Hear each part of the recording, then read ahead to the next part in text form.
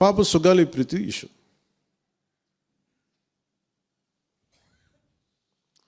పండ్లున్న చెట్టుగా రాళ్ళు పడతాయంటారు.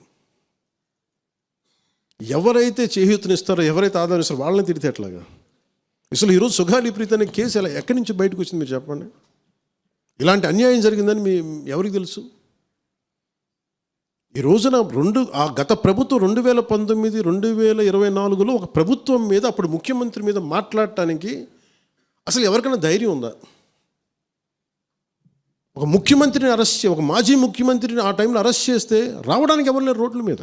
అలాంటి పరిస్థితుల్లో ఓడిపోయి 2 చోట్ల ఓడిపోయి ఉన్న ఒక ఎమ్మెల్యే వాళ్ళ పార్టీకి వెళ్ళిపోతే ఏ మానసిక స్థైర్యం, ఏ ధైర్యం, ఏది ఉంటుంది చెప్పండి ఎవరికైనా? మరి అలాంటి సమయంలో నేను ఒక తల్లి పడ్డ వేదన తీసుకున్నాను. నాకే సరదానా 2 లక్షల మంది జనం మధ్యలో నడుచుకుంటూ వెళ్ళి ఆ సమస్యను హైలైట్ చేసి వాళ్ళు సిబిఐకి ఇచ్చారు. సిబిఐకి ఇస్తే మన ఇంటర్నల్ పేపర్ వర్క్ మనకి ఎలా తెలుస్తుంది? ఇంటర్నల్ పేపర్ వర్క్ వాళ్ళు ఇస్తే వాళ్ళు ఏంటంటే జీవో రిలీజ్ చేశారు, మా దగ్గర నుంచి వెళ్ళింది కానీ ఎక్కడికి వెళ్ళాలో అక్కడి నుంచి ప్రొసీడ్ చేయాలి, అక్కడ ఆపేశారు.